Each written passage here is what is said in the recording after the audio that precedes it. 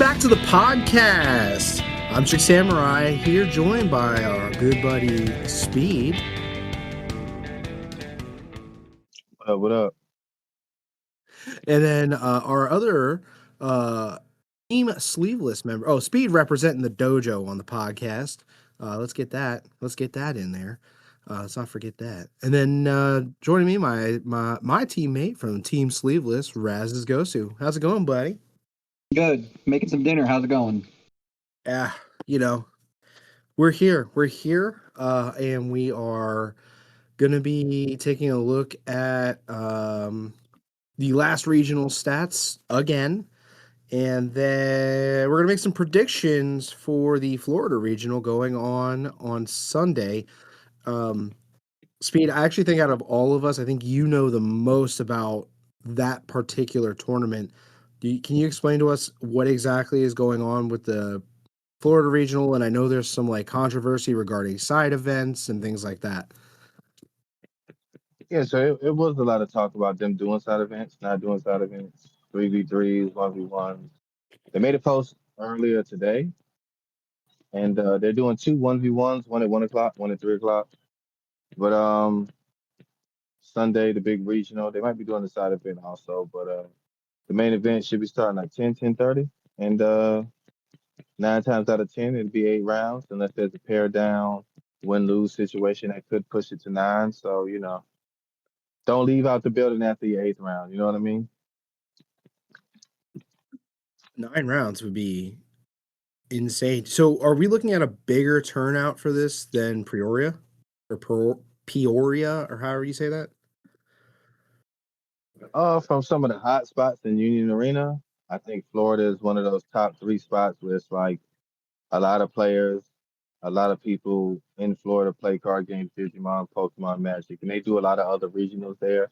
So Florida is one of those hot spots. You know what I mean? There's a lot of people there, so I'm pretty sure no matter what, it's going to be a lot of people getting in on the wait list, and they're gonna fill up as many slots as they can while they're there.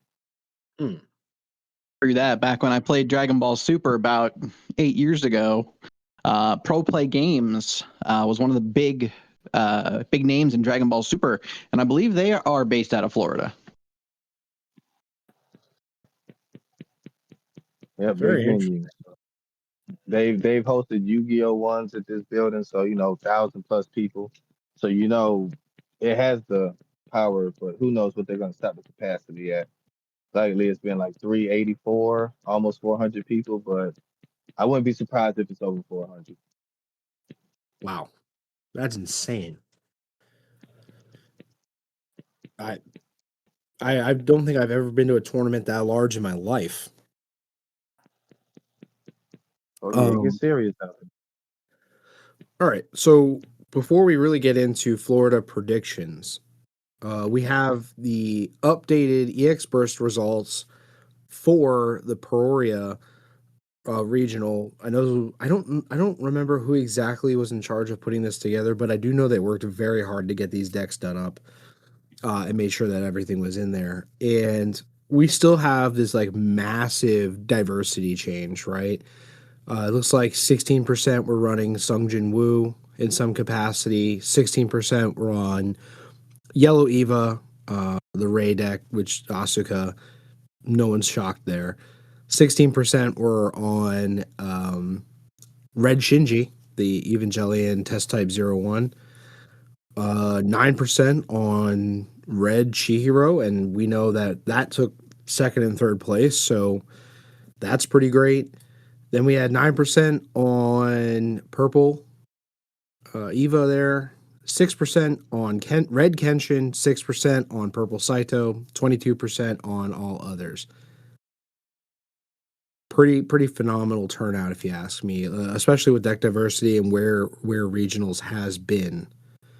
Do you guys think that we're going to continue to see this level of diversity going forward? Because I do know on a local level, we're now seeing a return of Toto. So thanks to that guy for doing that.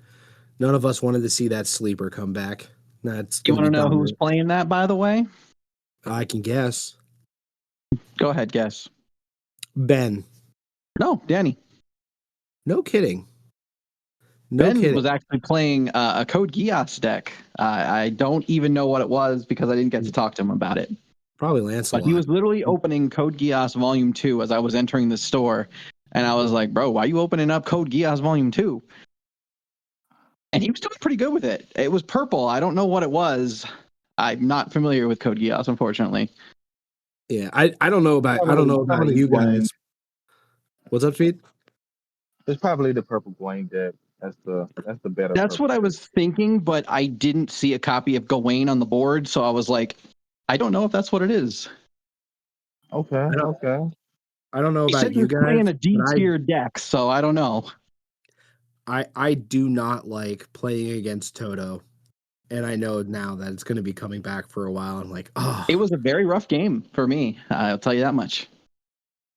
This Toto. man popped a 6K damage 2 on the board, and I was like, excuse me? Toto's a sleeper. Toto is a huge sleeper, and now I'm sad that people realize it's good again. Speed, Yeah, I I think think like a month ago you predicted that in one of our side. yeah, with all the higher energy decks coming out, and then the fact that a lot of IPs are, I won't say forcing, but are giving deck sites that are good enough where you have to run them. It makes Toto better. You know, Toto was good when no one ran sites, but having a meta where, let's just say, a third of the decks run sites makes the deck even better. You know? Yeah, I think like my main deck right now is Red Kaneki, and I might actually take the Algiri tree hideout sites out in favor of the Nakis at this point, just because of that. I do not like battling against Toto. I really don't. Yeah, I will say anytime a deck does good that most people haven't seen do good in a while, a lot of people like to copy paste it and play it, you know? And Mhm. it Well, definitely brings you back. I can't say I blame them, right? Like you got something, that was good at one point, then kind of fell off, and now it's good again. It's kind of exciting to kind of revisit those old decks. It kind of makes it feel like they're not just collecting dust and they're kind of just doing stuff Oh now, yeah. Oh yeah. And Yeah. Toto is one of them decks where I classify it as not anti-meta, but a counter deck. You know what I mean? So Mhm. you're running big energy of sites, it's a hard counter. You need more than 4 energy, it's a hard counter. You know what I mean? Yeah. Or you're Yeah. playing a 4 energy deck that doesn't really need double gens. We're pushing your raid to the back, and now you got to push them up. You're losing. So we're definitely countering almost everything because it's not that many 4 cost decks that are going crazy. I mean, you got Yellow Eva, but Red Kenshin, and it's not outside of that. It's not many 4 cost decks where the highest cost is 4. You know? Right.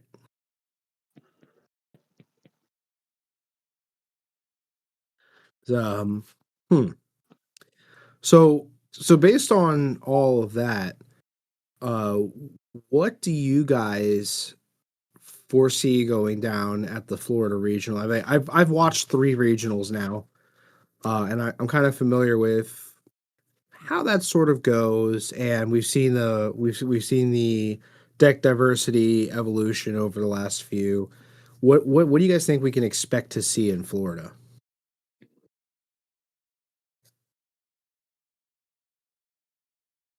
I think there's going to be a big spread.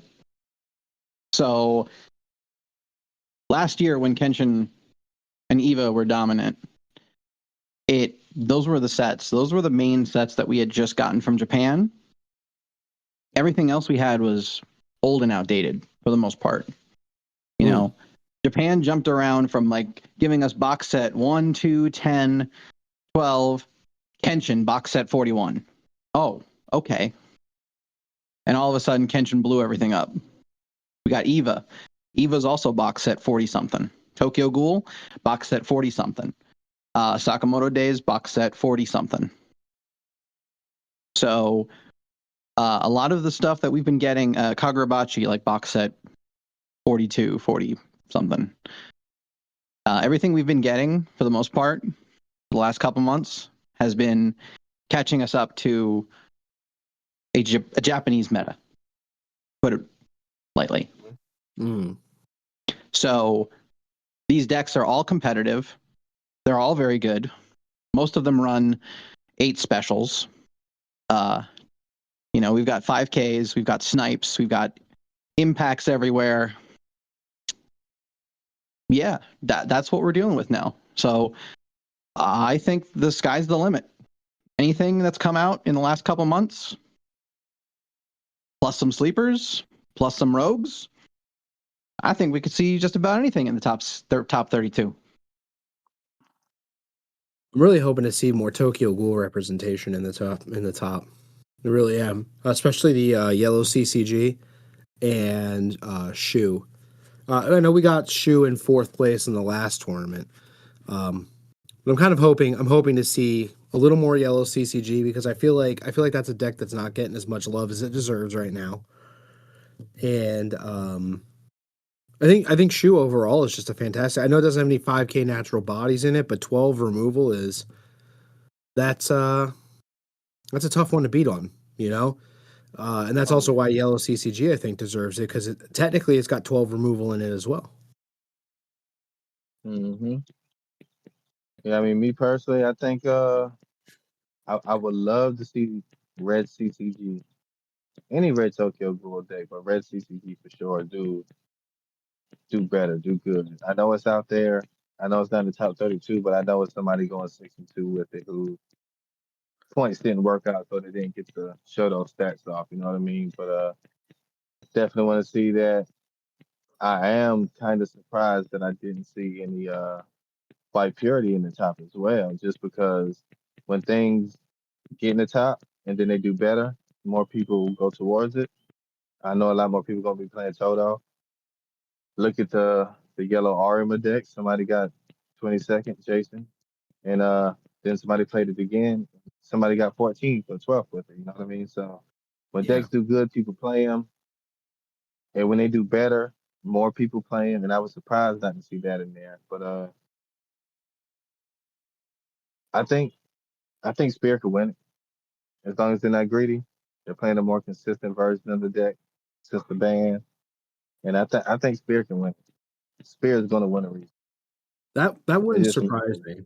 That wouldn't surprise me. I What do mean, you guys then you think? got the Sakamoto surprise. Like the Oh, people that's right. who That's haven't played legal. tested against it. Yeah, Sakamoto's legal. So I've play tested into all the Sakamoto decks, and some people haven't even read the cards and know what they do. Then knowing the card, most people read them the way they want them to be read, and rulings and stuff may vary on how you think stuff is supposed to go. So Sakamoto's going to be in the top just because it's brand new and a decent amount of people there are going to be ready for it. Yeah, it's a shiny new Some people toy. are going to be Everyone's gonna playing want it. it. Yeah, people are going to be playing it, and they're not going to be able to play it the proper way or correctly because they didn't proxy it a month in advance and practice and play test with it. They just got it because it's new Yeah, and it's a shiny new toy. I was just about to say that. I think we might see one Sakamoto deck in top 10. I'm gonna predict it doesn't do better than top 8 than 8th place. I'm gonna predict it doesn't do better than 8th place, strictly because there's not been enough time to get the reps in. And the guy who But see, gets 8th place with it will be the guy who proxied and played ahead of time when the PDFs yeah, drop. yeah. And see, That'll be with the that guy being said, I think that guy could win it too. potentially, I sure. think I think Sakamoto, the yellow or the purples, it's all good. And just people not knowing that matchup is going to give it a free win. You Yeah, know. I do have a little bit of a hot take, right? Um, hmm I foresee. No, I'm not seeing Red CCG do this because Red CCG relies too much on filling the board and keeping it filled, and we just have far too much removal in the meta right now. I mean, every deck standard is 8 to 12 removal, right? So I think Red hmm CCG is going to struggle. I think if we got somebody who really knows what they're doing, knows how to bait out the removal, plays things in a certain order and is very careful, maybe. But we need a very high level player on that deck in order to see it top, just because of the way the current meta is. Yeah. Um, I still always do it to that 51-49%. As long as you got 1% more than your opponent, maybe you got two or three people who brick, you can, you know, sometimes you just get a a good free day, and it's like you get pushed to the top without having to Um, fight for it. You know what I mean? It can happen to anybody. You know? I'm gonna predict that in the top 5, we see a rogue deck and one that rushes super hard. Um, Oh yeah. I would love this. I would love it to be Red Kaneki. It's my favorite deck right now, but there's also a part of me that's like, no, do terrible with it. I don't want to see everybody else playing it. I play that deck, you know. Um, but the new Sakamoto decks, out of all the playtesting I've done against them, they do not like getting bum rushed. They don't. Yep. Yellow Eva does not like getting bum rushed. Red Shinji does not like getting bum rushed. The only deck that I strongly struggle with um, going up against, I have not beaten it not a single time, is Red Chihiro. I've not beaten Red Chihiro with the Red Kaneki deck yet. Uh, not I so that's not I have won matches when the player bricked. I just personally don't count that as winning, right? Oh yeah. Um, No. Yeah. like when both decks are doing what they're supposed to do, I have not beaten a Red Chihiro deck. But all these other mainline decks, even Willie, I've taken down Willie a bunch of times. They just don't like getting rushed. They want their time to set up. Um, Shadow Army's like a 50-50 with me against it. Um, let me think. I haven't lost to Sung Mill. I haven't lost to JP Hunters, even though I haven't really had the opportunity to play against that too much. But like I said, something like Red Kaneki, I think a top 5. I really do. Uh, in the right hands with enough reps, and they know what to wait for, and they know how to protect themselves in the mid game, because it's a glass cannon that can hold its own through the mid game.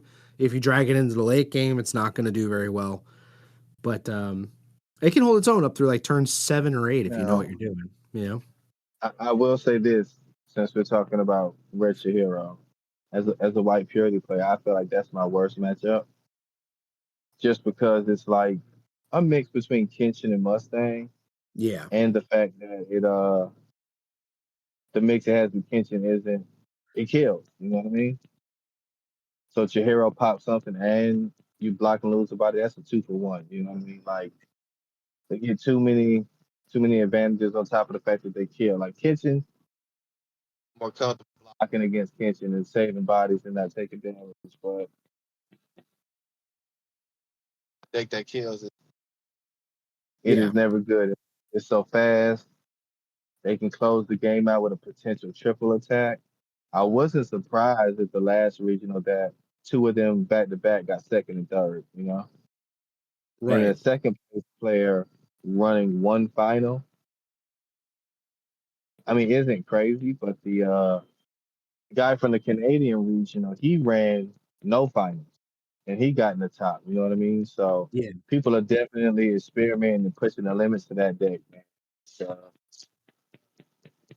I definitely I think think that it white parity is crazy strong. I don't even want to call it a sleeper. I think it holds its own very well. Um, Raz and I just dropped a video of it playing against Yellow CCG. It did not like that matchup. It didn't like that matchup at all. It got crushed into the earth. It did what it was supposed to do and just got destroyed. That level of constant removal was not good for it. But to be fair, I don't really know too many decks other than Red Kaneki that don't care. Shadow Army doesn't care about removal too much. Um, until they get their setup. If you wait till Shadow Army sets up and then launch your removals, it doesn't like that. Um, Willie doesn't care too much about removal. There's a few of them out there that don't, but Purity did not enjoy having Raz. What was that like? I think you board wiped me on like turn 5, and it just ruined the rest of the game for me. Well, I mean, it wasn't even the board wipe so much that caused the problem. It was everything leading up to it. I hit you. I hit you for 1 life because I moved up first, I believe. I hit you for 2 life because I hit you with a color trigger, which knocks down your only defender. Um, and then you had 4. That's the main problem. That turn, I dropped two destruction on you, and Yeah. that two destruction pretty much, cleared the board for me. Yeah. I think we might see a return of and if anybody does play White Purity, I think we might see a return of the Moku going in there. So they can drop the Seichi and protect it for a turn to keep the Iori out in the field one turn longer. But Yeah, and it's the nullify as well, right? The one I drop. think so. Yeah, I think so. But I it's so hard to say that White Purity is going to do well with the way current decks are, especially with, like I said, yellow CCG, red CCG, red Chihiro, Shu, um uh I think Purity style could play really well into purple Sakamoto. Potentially I mean, potentially even into yellow as well if you worry about defending yourself against yellow, rather than strictly offensive and just really pick your attacks. I think it could go well into yellow as well. yeah, I mean, I think it's just best deck in attacking offense in terms of you're swinging over and under. Yeah. Nobody really runs 35s like that. I mean, I have played against all the Sakamoto, so they do got that Mhm. invisibility to 35. Nobody really runs Yeah. 3K. So you're getting that guaranteed damages in. It's and the fact that you get to see search, and it's one of the only decks, besides I guess you could say Red Eva, where on your opponent's turn, you get to do something. You know, like you're guaranteed, oh, I'm looking, I'm pitching, even if I don't need it, just to get rid of it. You Hey, get you're the only deck that really gets to do that. I mean, if we see the right pair down, well, pair up pairings, not pair downs or pair up, but pairings in general with White Purity, like especially if they do well in the early rounds and in the late rounds, they're getting paired up again. Because you're right, Chihiro doesn't care that your Sakamoto is indestructible. It's not blocking him. Yeah, and And if I remember correctly, the Taros are all 4K, right? Or do they get buffed? yeah, no, one of them goes to 5K, but yeah, they're all 4K. Okay, so you just have your nullify impacts out, and Iori is protecting you against the 4K, and you just swing through the guys. Like, all right, well, fine, you're indestructible. Nobody cares. Swing through them. You have the Seichis Yeah, and the so you Chivas. get Yeah. you get those guaranteed damages. You know, a couple of them every game. You know what I Hmm. mean? So you run so many zeros and ones, you can do a little weenie rush, take a couple, get your guarantees, get a few impacts or something in there, and as long as you see all the pieces, you're good. But you get to do so much searching and filtering that, unless you just have your deck stacked horribly, you should see a little bit of everything and get to do what you want to do. Knowing what you're gonna draw two turns ahead, it's Yeah, just crazy. I haven't actually had the opportunity to really see Yellow Sakamoto fire off because in the times where I have played against it, I don't ever give them the opportunity to set up. But I just bum rush them and make sure they turn 3, turn 4, I'm taking them out. Because once you go past that, that's when it really sets up and it likes to get its pieces. It's pretty good at getting them too. I just don't know what they all do. I just know the fat Sakamoto raid just, and then there's is it the two drop that makes all the Taros or whatever indestructible or It I don't can't be remember. chosen. Yeah, yeah. I never give them time to set any of that shit up, and I just boom, just go through everything, and so I like I said like bum rushing it. I haven't had any issues. I haven't played. I haven't seen it outside of a tournament environment to play against, so I haven't really had the chance to throw some of my like goof off and fun decks at it to see how they do. But I think you might be right about Purity Style. I don't think Purity Style is going to care about Yellow Sakamoto at all. So if it gets the right pairings, especially it does well in the early rounds and then gets paired up against it late rounds, we might see a White Purity in second or third place potentially. That'd be really cool. Oh yeah. Hoping we make it happen.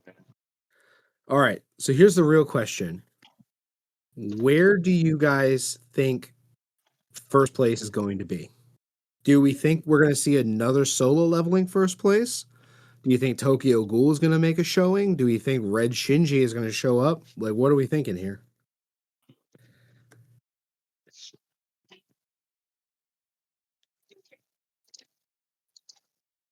I mean, I've already said my piece. I could say anything. Anything could take it. Anything semi-relevant could take it. It's just the environment we're in. I mean, now that people have actually figured out that the Shadow Army deck is a Shadow Army deck and not a Sung Jin Woo deck, I mean, those decks are doing better. So, could do it again. Yeah, I think it's either Spear or Red Hero. I think they're always there even when they don't win. And they just need to win one more round and they lost. You know? Somebody's gonna do it one more. I feel like I'm on your side with that. I'm gonna lean more towards Red Chihiro than Spear. I would say I think Red Chihiro is gonna take it home. I would say if Red Chihiro doesn't, it'll be Spear, and if Spear doesn't, Red Shinji.